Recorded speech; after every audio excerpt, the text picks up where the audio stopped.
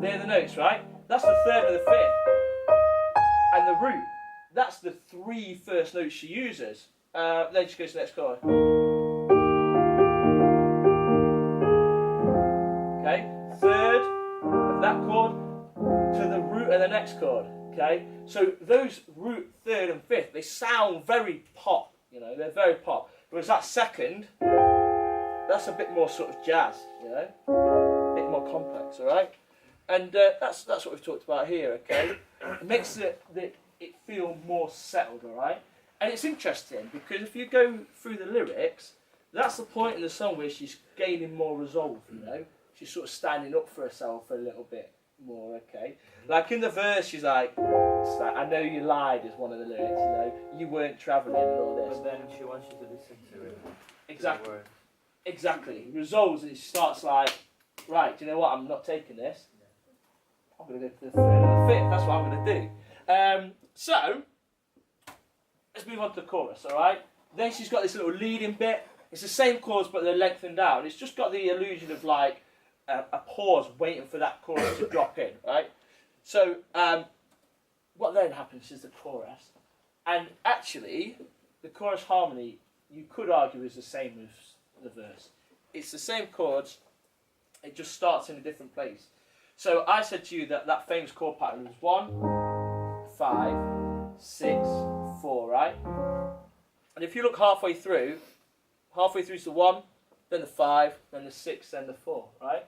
So it's just the same chords in a slightly different order, right? So it's 6, 4, 1, 5. Now that's really nice because going back to this idea of resolution, we've talked about resolution, right? That thing, right? The chord that resolves really nicely to 1 is chord 5, okay? So I'll give you an example of those chords. So this would be chord 5, I'll put a 7th on it because it sounds even more resolving. Yeah? That's 5 to 1, right? Now, what we can often do is replace chords with other chords. Chords 6 and 1 are very interchangeable because they share 2 of the same notes.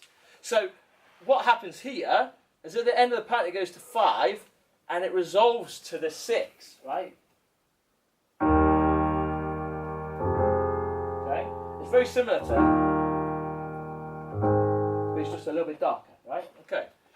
So, now we get to the real meat of the bones, the chorus melody.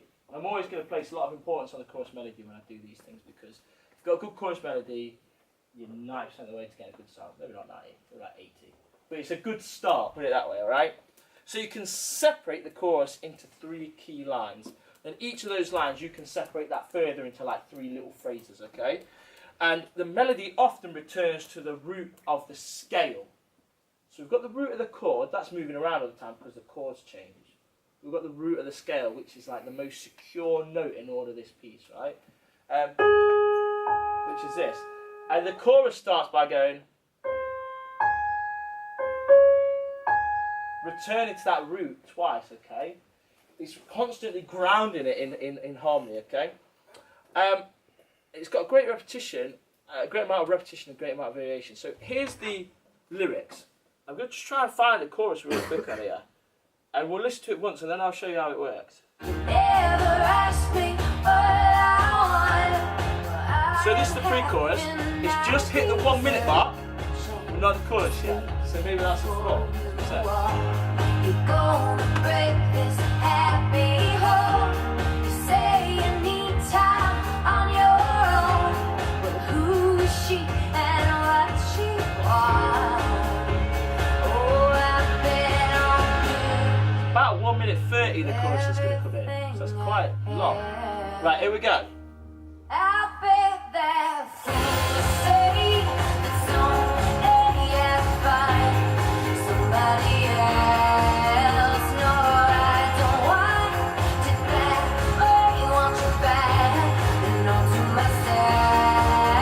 Oh, you stole to me one true. And I hope that she lets you. Cool. repetition in there, you can probably hear it, right? It breaks down like this. On each line, it starts with the same jump. And that's 8/17. Got it at -6. Don't worry too much about that at the moment. Just know that it starts with the same melodic jump every line, okay? And then it does a different one, but the same one for each line. Okay? So we can see repetition. People get used to that really quickly, right? At the end, it's got this. And there's really small intervals. So they're big intervals. You can hear there's a large distance between those notes, right? There's not much difference between... That's basically a scale, right? So there's a mix between large intervals and small intervals. Small intervals really easy for people to sing, right? Now, there's repetition, but there's also variation. Because on the last line, she does that up the octave. Okay? So she's mixing it up. And then on that last line, it's a little bit more, it's a little bit longer than the other lines. And she's got this little descending pentatonic run. Okay? It's just an extra little bit of melody that adds variation, alright? So the first two lines are almost identical. The third line is very, very similar, but there's some changes. So let's just listen to that once more. Okay, so we got 8 semitones, 7 semitones, yeah? Little run through. Okay? 8 semitones, 7 semitones, same melodic pattern. Small run. Same jump. Same jump. That's the pentatonic. The same run up the octave, then with that long held note, right? And that's it. That's the construction of a chorus, okay? So if every line in your chorus is different, then you've probably got a problem, okay? You want to look at that. And there's no harm in like using the same lyric phrase in your chorus over and over again to help you get to where you need to go melodically, and then switching that out, all right? That's quite a nice technique to use, okay? And naturally, you need to match up the number of syllables on your lyrics and stuff. I'll just break it down a little bit like this, okay?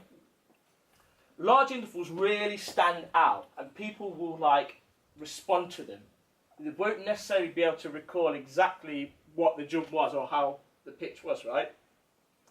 I'd be willing to bet if you went into the street and asked people to sing the first note from the chorus of Everywhere by Fleetwood Mac. Do you know that tune? I wanna be with you. All that, yeah? The number of people that would hit that accurately, I think, would be very slim. They know there's a big jump there, but it's hard to hit, all right? But if you ask someone to sing something really simple, people can generally do it. That's the Seven Nation Army test, right?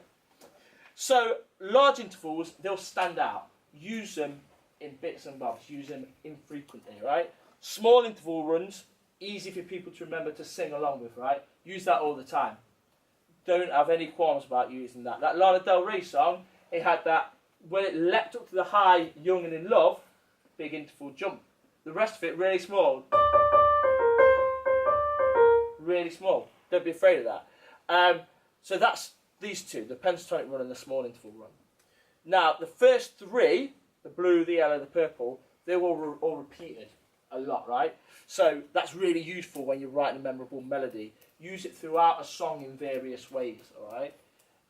Your verses, it's very rare for a verse to have a completely different melody for the second verse, isn't it, you know?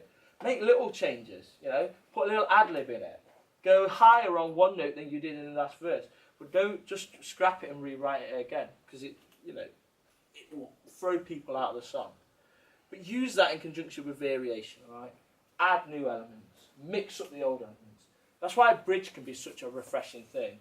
We're going to talk next week in depth about repetition. I'll talk to you guys about the mouse thing before. I'll talk to you about the mice. This is mad, right? So they got some mice, right? And they played a note to the mice, like quite loud. And the mouse is like, okay, fine. Played it again. Mouse is like, okay. Played it again. Mouse is like, okay.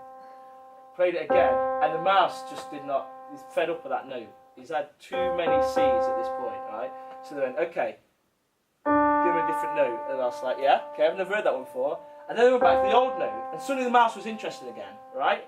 So what we can take from that is that if someone's getting bored of a section, if you think there's too many verses, too many choruses, throw a new section in, and you're kind of resetting people, then they're good to go again, okay? So that's why that verse, pre-chorus, chorus, verse, pre-chorus, chorus, bridge thing works, because that bridge comes in just at the juicy point where people are getting fed up with the sections you've already got, all right? And it allows you to refresh them and go in for that chorus one more time, okay? So that's it, basically. We've looked at structure, we've looked at harmony, we've looked at melody, but briefly at the rhythm. We didn't touch on dynamics, texture, or timbre, really, but you guys can definitely do that. And this is a sort of real brief analysis, and if you've really got into it and looked at the lyrics and all of that, and got really deep into the connection between them, you'd find a lot more stuff out. That is beyond the scope of this right now. Do you mind stopping the recording, yeah? The red button, yeah?